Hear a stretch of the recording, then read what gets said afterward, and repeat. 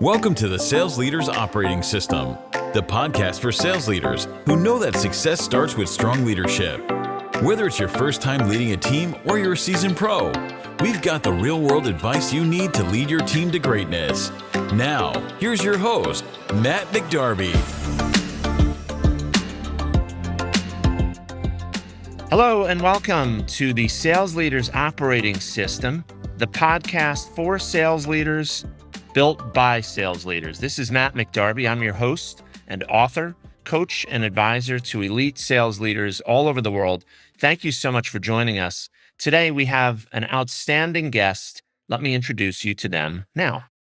Now, our next guest has been a successful executive in the digital marketing space for a long time.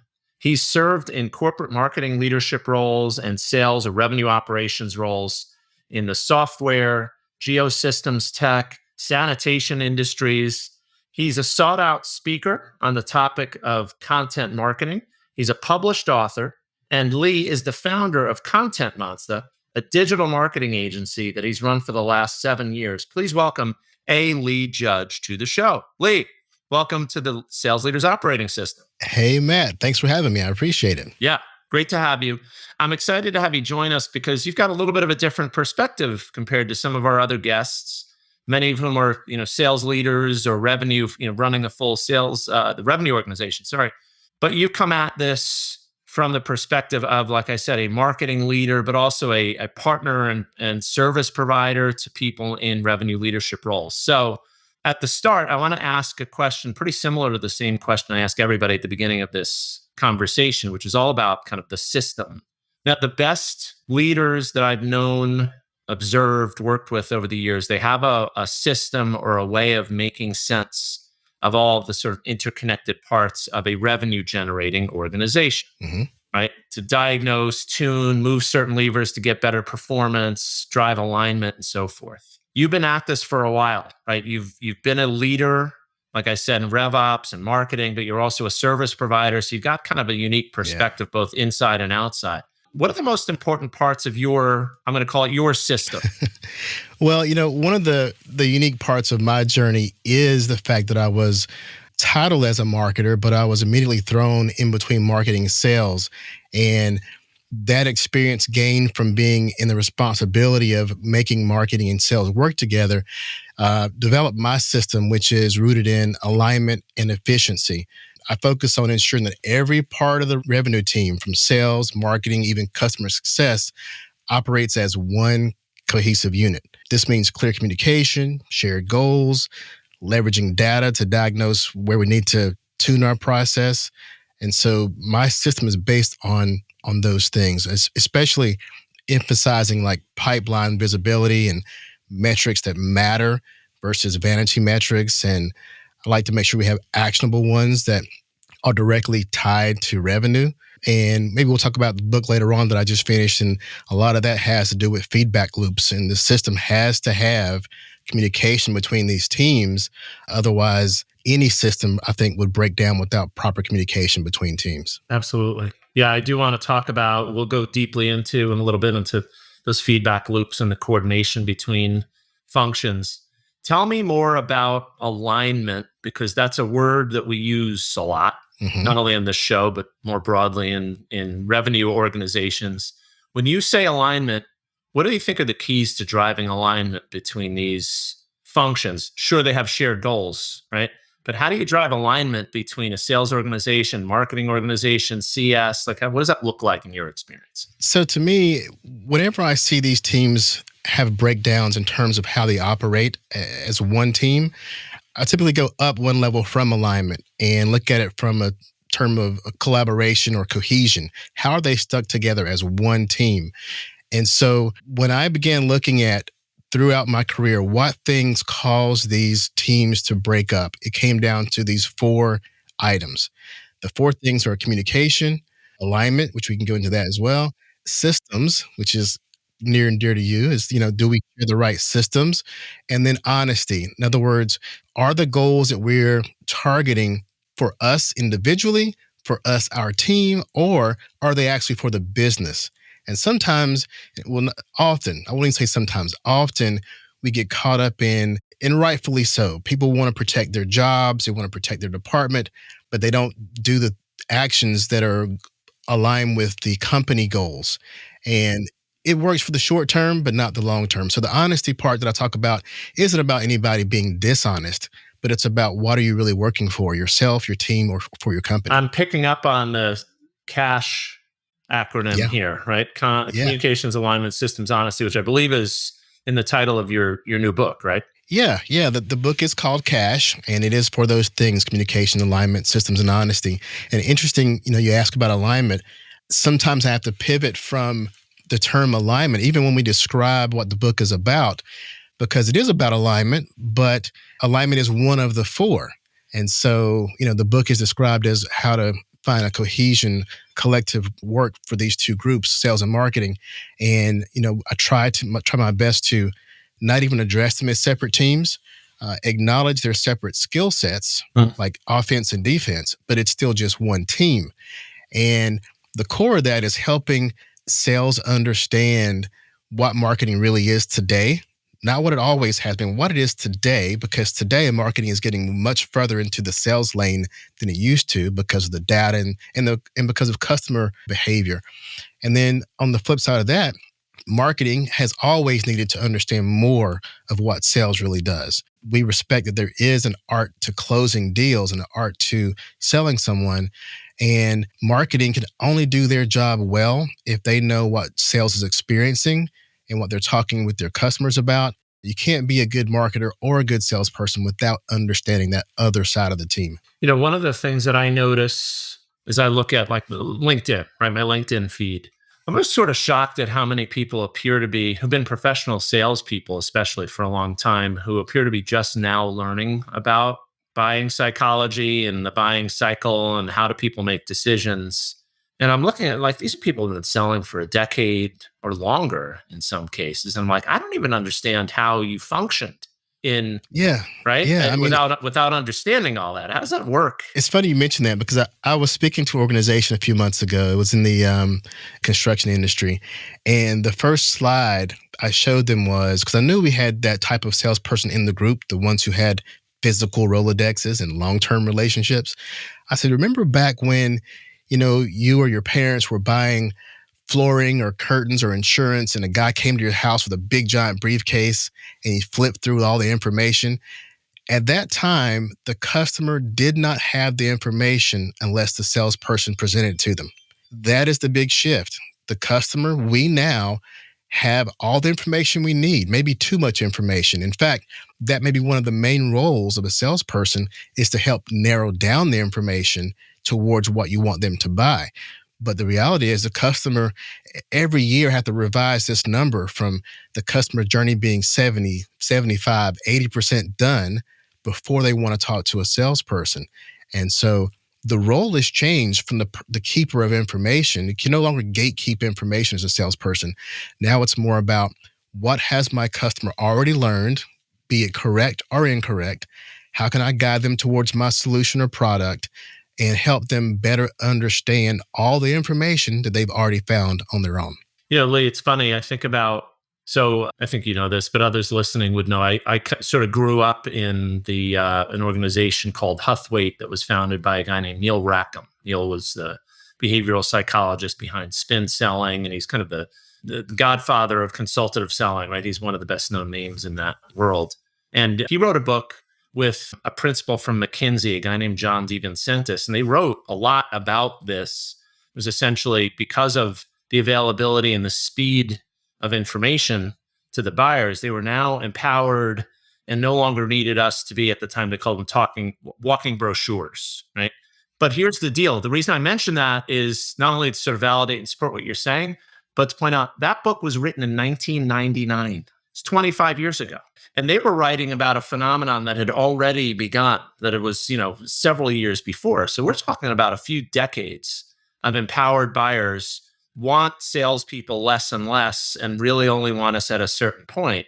Anyway, I'm thinking about the role of the revenue organization and how do we enable and empower the people, whether they're marketers or sellers or customer success or some other role, right? A technical specialist, a clinical specialist. How do we enable and empower those people to have the right kind of conversations with those buyers when they need to have them.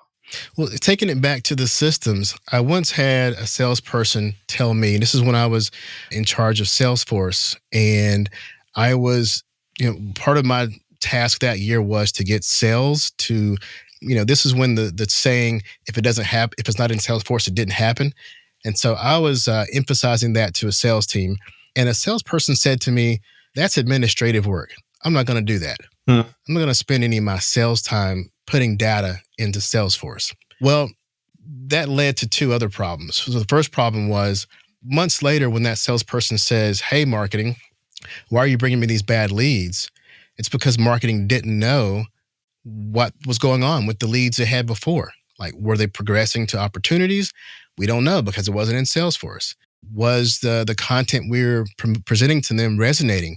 We may see it in clicks, but if the salesperson talked to them, they may be able to see something deeper. So the point was that system part has to be understood.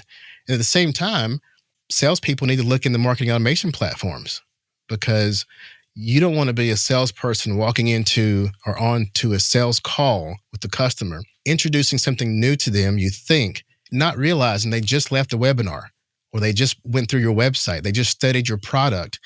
What kind of salesperson goes into a sales call and not know what kind of marketing interactions they've had? But I've seen time and time again where sales doesn't, anything that looks like or sounds like a marketing system, they don't want to touch it. Meanwhile, there's so much rich information about their customers and their prospects that they would be a much better salesperson to look into that information. Yeah. If you think about modern selling, selling in 2025 and what it takes to be an effective seller, especially if you're in a kind of a somewhat complex business to business sale, like a lot of our audience operates, right? That's where a lot of them are.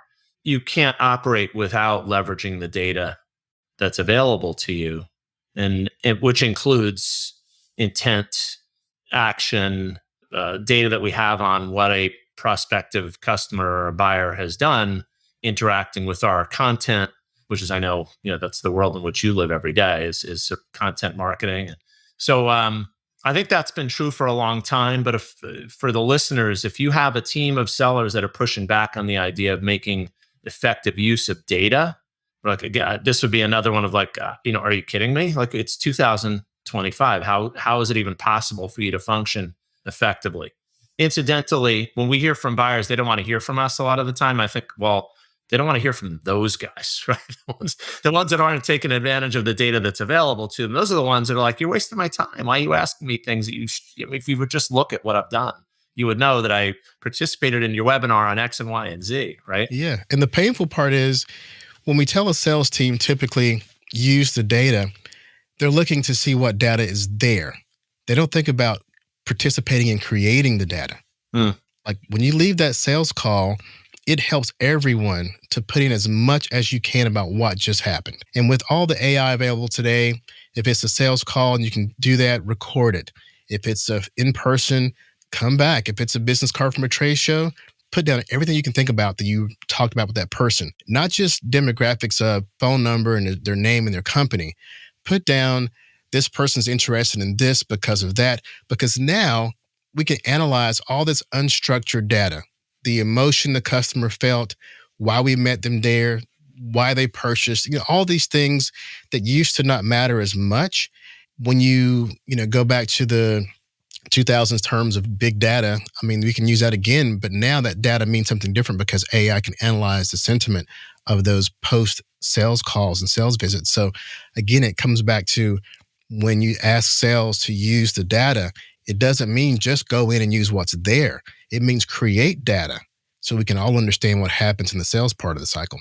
I'm having a conversation just later today, actually, with somebody who's in the generative AI for live sales calls space, very specific, right?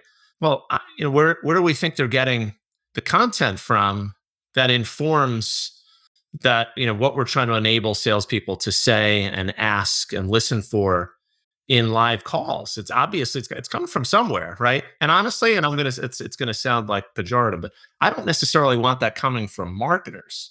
I want that from people who are having conversations every day with customers, regardless of what their role is, right? So I believe the data more as a professional salesperson, as a bag carrier, if I know it's coming directly from interactions with clients. Well, who's having those conversations? Isn't it up to me It's to sales. contribute to that, right? And that's a key part of it. The reason why we are in that place where, as a salesperson, you don't trust what marketing says is because marketing may be in the dark because sales didn't put in that data, right? So, Yeah. marketing, they need to be able to understand and think like a salesperson, but they can't do that without the information coming from sales. And so, even the content marketing creates will miss the mark if they don't know what sales has been experiencing. Something I say often is, marketing is out there marketing their new widget 2000. When sales knows, they just call it a screwdriver. Like, quit saying widget 2000. That's some marketing, that's internal talk. The customer needs a screwdriver. Marketing should just say, we have the best screwdriver. But because marketing, marketers market, they do markety stuff, we tend to get off a base of what the customer really, how they even talk about our own products, what they care about, the whole psychographic part of, where their values are. That has to come from sales. And so yeah, I mean, the feeling that marketing doesn't represent it correctly is valid because marketing often doesn't have the information to do what sales does. What's a marketer to do if they can't get this feedback directly from field sales? Like what? Here's what's behind my question: is I think as salespeople and sales leaders, we sometimes see marketers doing things that we don't necessarily understand, or we don't know why they're doing what they're doing. And I suspect it's because they're just trying to get more clarity on some things about customers and what they care about. But what is a marketer to do about that? We've got this sales team that's unwilling to share or doesn't do a good job of managing data and creating that sort of digital feedback loop. What's a marketer to do in that case? Hey, the first chapter of my book in the communication section is called Who's in the Meeting? The Value of Presence. So the answer to your question is be in the meetings. Push your way into sales meetings. Because once you're in the sales meeting, you'll hear what the customer objections are. You'll hear what's important to the customer. You'll also hear what's important to sales. Now, I've seen before is marketing gets caught up in the campaign for the next big thing, not understanding what's important to sales. There could be a case where sales is being successful with the current product or even an old legacy product. And marketing needs to understand that. I've been in a case where I'm like, why aren't you guys pushing this new webinar? Why aren't you pushing this new campaign? And they're like, I won't see a sale on that for the next 12 months. I need to make a sale this quarter. Can you marketing help me out with what I need to sell today? Even on top of that, a case where the sales team knows their legacy product is their bread and butter. And they're like, well, for me to meet quota that's been set by management, I can sell a lot more of this existing product than diverting my attention to this new product. But marketing won't know that. They'll be frustrated wondering why they can't get this alignment with sales if they're not in the sales meeting to look at the numbers and see, oh, I get it. The thing we're doing now won't show up for a while. They have pressure to meet this quarter, this half a year. And with that understanding, they can say, you know what? Let's maybe split this campaign. Let's do something, a webinar for our old product, like an update webinar or something to help bolster current sales. And then you might get sales attention if you speak to them and do what they need in that quarter. I can presume or I infer from what you're saying that one of the things is that's critical for us to achieve between the sales and marketing functions is clarity around shared goals, clarity around what else do we need to have clarity around if we're to be effectively and supporting one another and working towards shared goals. What are some of the other things we need to be clear about? Yeah, so that clarity part, it comes into the alignment section, and oftentimes we don't communicate our goals in a way that are meaningful to other people. In other words, marketing, can get caught up in vanity metrics, follows and page views and web traffic, those types of things. And those do matter, but not in the context of sales. So I wrote an article recently that gave, I think it was about 8 different equations, marketing equations that matter to sales. And these equations, hover around, how to show marketing's impact on opportunities, on the bottom line. Don't go into a sales meeting talking about follows and likes. Go in there talking about, impact on the bottom line and on the revenue and the pipeline. Can you speed up the velocity of the sales pipeline? Those kind of metrics provide clarity to sales to say, oh, okay, they're not just the make it pretty department. They're actually working on revenue. They're working on helping me make my bottom line stronger. So that's the main thing. That's the clarity, is having KPIs that both teams can buy into. And then also there's things that marketing may need from sales as well, like, creating content. Your best content comes from your salespeople. They know what they need to talk about, what customers want to hear. They often are your subject matter experts. So if marketing can provide a straight line between, here, if you help us create this video, then we can use this video to help you sell this product. Those kind of lines have to be drawn out and made clear so that the KPIs across both teams make sense for everybody involved. Okay, got it. Sales management can be the most difficult and thankless job if you don't manage your time and your team effectively. I'm Matt McDarby, and my proven cadence tuning framework, or CT scan for short, has transformed sales leaders at hundreds of companies, including ADP, Equitable, McGraw-Hill, and Medtronic. Get the CT scan free at salesmanagers.news. So as a seller or as a leader of a sales team, I need to have, on that last point, I need to have a little bit of insight for you as a marketer on what's the content that's going to resonate. What are the problems that our customers are talking about? What are the opportunities they're trying to capture for themselves? What's hard about that, right? Yeah, I love making content from objections. And in fact, even within my own company, sometimes we record video of our side, because when a customer has an objection and we answer that question, we often end the call going, wow, every customer we talk to needs to hear that answer. If a customer says, well, I'm concerned about this not working for us, what do you think? And you give an answer. That answer is gold for every prospect that's in your pipeline. They may not ask that question, but if you have that content on your website and in your social feed, then during that dark social, when they're studying and researching you and you don't know they're there, you're answering their questions. And your sales team is virtual, is omnipresent all the time to answer those questions. And then marketing can also piece those together in FAQs and make new pages. And you can actually, that's a tactic to beat AI as well, because AI can only answer what's already been asked. But if your customer has novel questions specifically pertaining to your service or product, then you're going to answer questions in a novel way and have new information that comes from your perspective.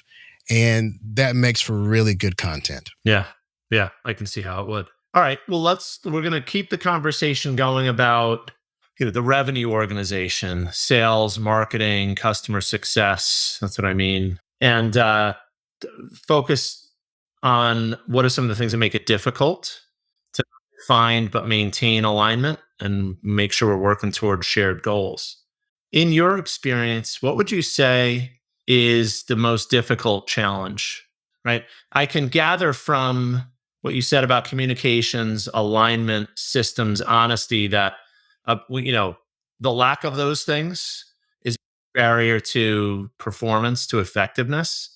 But is there anything else that maybe that you haven't shared yet that you'd say, a huge challenge to our working together effectively, remaining in alignment is X? Like what springs to mind there? What would you say is the biggest challenge, and what have we done about it? So the biggest challenge is leadership, understanding those things. So I was on stage recently at a conference speaking on this topic. And after I had described the communication, alignment, systems, and honesty, someone asked me, is there a specific order in which we should attack those four things? And I don't know if I didn't really plan it that way, but I had written the book in that order. And I learned that that is a specific order. It's in that direction. First communication, then alignment, then systems, and then honesty. That order is important. And what ties those four together is having management understand those things. Because at any particular moment, for example, communication, if you say, well, a key to solving our communication problem is having sales and marketing meetings and marketing and sales meetings. If your management doesn't understand that, they may ask you, why is this marketing person in the sales meeting? They shouldn't be here. Without that understanding of the importance of that, then you may miss that. KPIs in the alignment part. If you don't have leadership buy-in on developing KPIs that matter for both teams, if, for example, you have a CMO who's still stuck on old marketing KPIs that only matter to marketing, like there will be some information that everybody from your social media person in marketing all the way up to your CMO, there's data that they need that doesn't need to go above them. But from a leadership standpoint, that whole team must also have some KPIs that are designed to go above the CMO. They can't have to be KPIs that tie to revenue, KPIs that you would not be ashamed of putting in Salesforce on a sales report, right? Like marketing influence or something, funnel velocity, things that are definitely marketing affected, but they mean something to sales. So that's another thing. Leadership has to understand that they need to develop year-long KPIs that matter to both teams and that they're both accountable for. Sales should be accountable from some more marketing-centric KPIs. Marketing should be accountable for sales KPIs. And then the systems part is, I've had cases where companies didn't want to buy licenses for the sales team in the marketing automation platform because they say, well, look, we bought X number of licenses for Salesforce or Dynamics. Why are we buying more licenses for Pardot if they've got it tied to it? Now we're getting more and more platforms that are all combined as one, but the cost still could be higher on a seat per seat basis if you have more visibility. So that could be a cost factor of why does this marketer need Salesforce? Why does this salesperson need Pardot or Marketo? That's a management decision, and they have to understand that. Then the honesty part is, do you create a culture in which a person's way more concerned about their own personal KPI than they are the company's KPI? We had a situation recently. We were consulting a client who their social media needed help. And turns out that they were tasked with posting a certain amount of content per day or per week. Well, the algorithm of that particular platform, that particular social platform, was penalizing them from posting so much. But they had a KPI to do so. And we kind of sensed it. We're like, we need to ask them to slow down. But before we do that, let's see if anybody has a KPI that says speed up. And what we found was the KPIs of what was being asked of each individual or each team did not match what was best for the company. So the company wanted to get more exposure on the social platform, but the people in the company were tasked with a KPI that was counter to that. And that could happen across the board, from sales tactics to other kind of KPIs that don't match the business's goals. I almost slipped up and said sales, not just sales, not just marketing, but the business's goals. That's a management thing as well. What kind of culture are you creating? Does marketing get a slice of the bonus when a big deal comes in? If they don't, what's their incentive? Does the sales get exposure or get a chance to show their personal brand and expertise in marketing content? If not, why would they be involved? So all four of those aspects, it comes down to leadership has to understand why bringing these two teams together as a revenue team matters. I think I'm following, but I want you to say more about honesty in that last section, the last portion we were talking about. From a leader's perspective, you're telling me, hey, honesty really is one of the critical things that I've not only got to understand, but I've got to establish a culture where that's encouraged. But tell me more about how honesty plays out in the example you were just giving. Yeah, I'll give a different example that can depict that. So I had a case one time where a salesperson was not putting their information into Salesforce because there was some incentive. There was a culture where they were expected to have a big play at the end of the month. Like they knew that the last meeting of the month, you better come and show that you have really kicked butt the last few weeks of the month. For that reason, the person was holding back on putting their data in Salesforce. They had a notepad full of customers they had talked to, but they weren't putting in the CRM. The culture caused that. Now, the person wasn't trying to deliberately hide information. They were maybe gaming the system, but the culture had it such that, one, inside sales didn't want anybody else poaching their information. They didn't want them to take a call from someone that they put into the system. Now, reality is a person calls in, it's going to be another record, with duplicates. That's a whole other problem of mess that happens. But the culture had this person hoarding information. The culture had them trying to time when to tell the boss, when to put it into Salesforce. That was culture. It did not serve the company at all because it messed up forecasting. We couldn't forecast because the data wasn't in there. That salesperson didn't see the big picture. The company perhaps could have been more open about, look, this last end of the month thing isn't so much for you to give an individual praise. It's to make sure that we're doing all we can to bolster the numbers before the month closes. That communication didn't happen. So the culture made a level of dishonesty bubble up because the culture influenced it. So if they had communicated more, been more open about what the reason for the excitement over this last of the month meeting was, more open about forecasting. Forecasting wasn't something that was held in a large sales meeting. It was more or less for the CFO and the sales leaders to look at where are we going this month.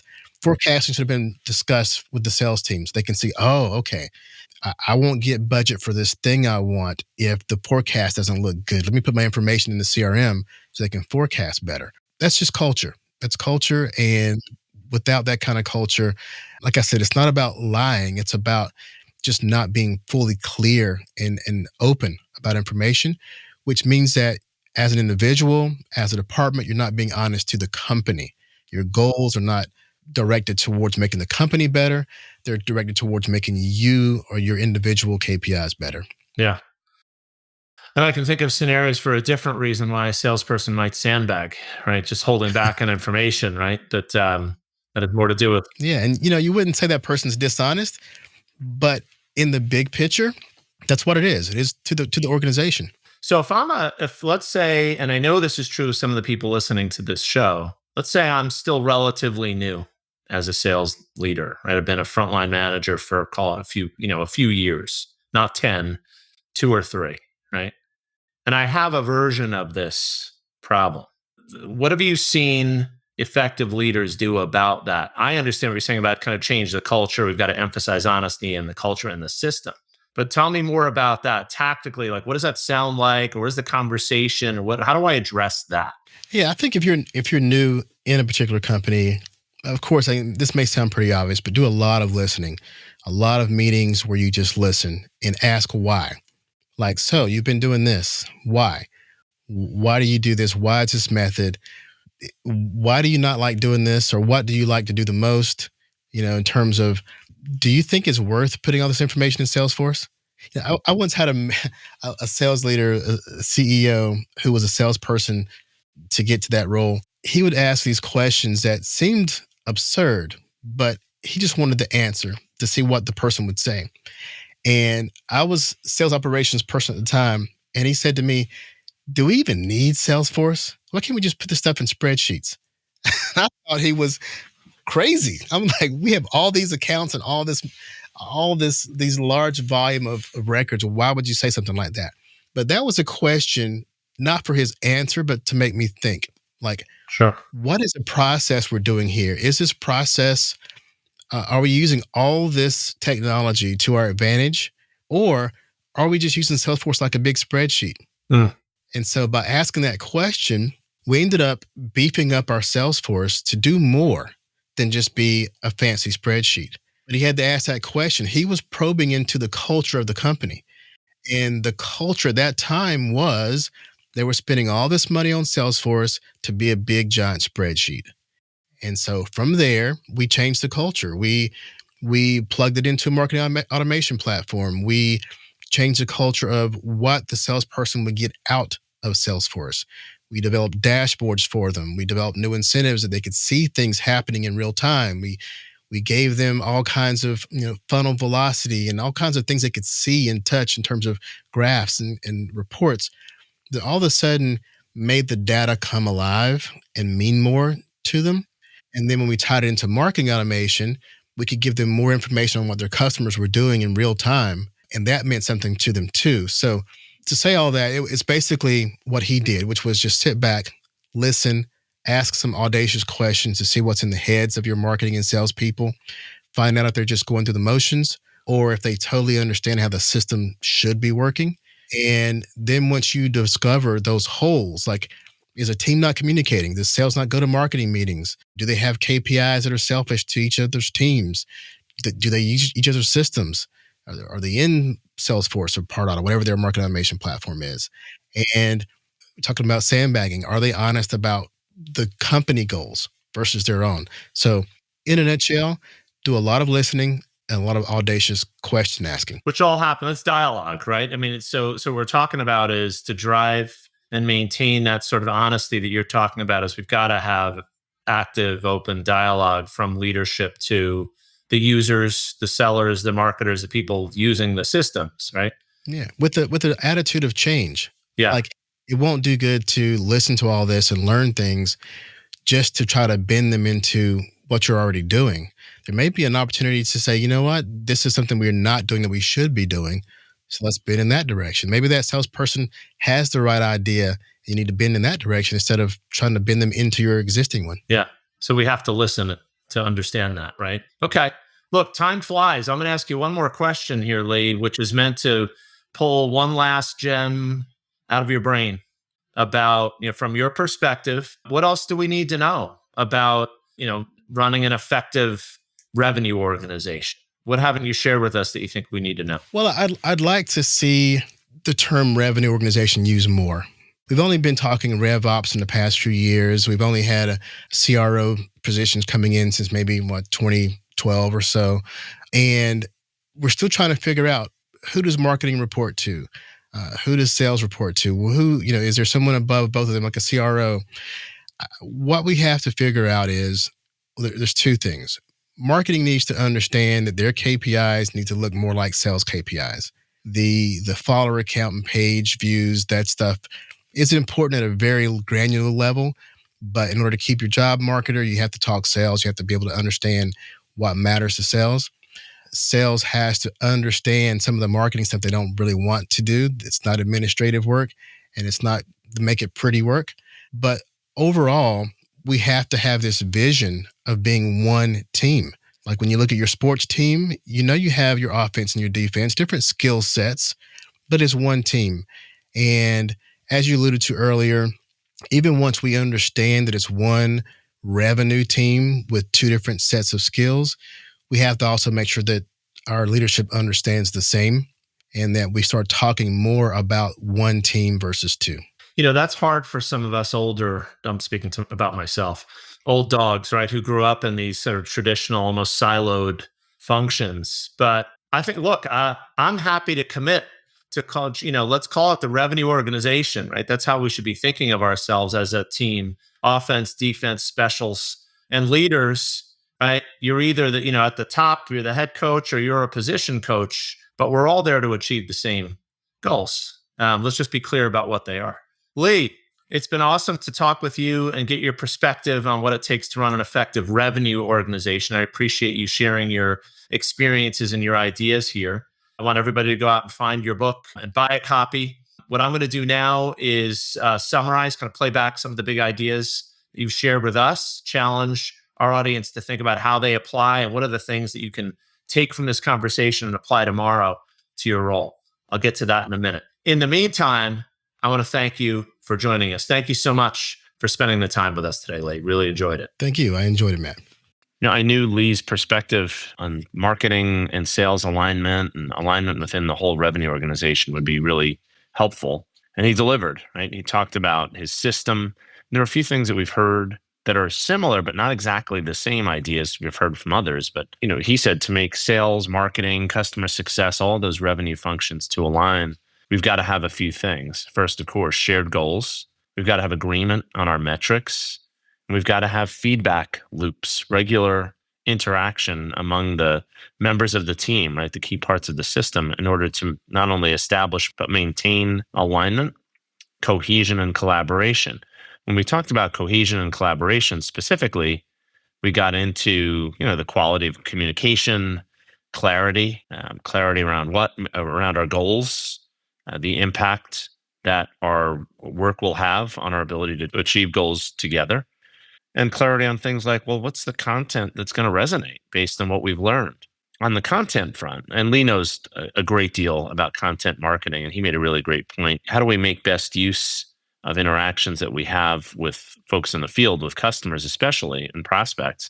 He said, we should make content from the objections that we've heard, which I think is a brilliant idea. We can do that as a sales team, but even better, if we can do that working hand in hand with our colleagues in marketing. These are the things we're hearing. These are the objections we're running into. While we know how to manage objections empathetically, it would be really great if we had a story to tell about X, right? Where X might be a credibility gap or a real value gap that we're hearing from our customers. So let's work on those together. One of the observations that Lee made from a marketer's perspective is that marketing is getting deeper into the buying process more than ever, certainly earlier than they've been historically. So it just creates an opportunity for us to do a better job of collaborating and coordinating with the marketing function, and for that matter, with other supporting revenue functions, with customer success, with RevOps. So, I knew Lee's perspective would be really useful to us. So as a leader, as you're listening to this and thinking about where do we have gaps in terms of how we interact as a team internally, Lee pointed out some pretty obvious answers where we should be thinking about identifying and closing those gaps. We're talking about operating as a revenue organization now in 2025, which implies a great deal more than simply direct selling or indirect selling. I hope that you found this conversation useful. I certainly did, and I really appreciate Lee joining us. Our next guest, I won't give his name, but I will say the topic is going to be all about trust. We're going to go deeper into the topic of trust and trust-based selling than we ever have before by having this guest who has more research into this topic than anyone else I know. So please do join us for that conversation. I think you're going to be knocked out by the quality and depth of his opinions and views, well informed by research about trust. In the meantime, I'm Matt McDarby, host of the Sales Leaders Operating System podcast. Thank you so much for joining. Bye-bye for now.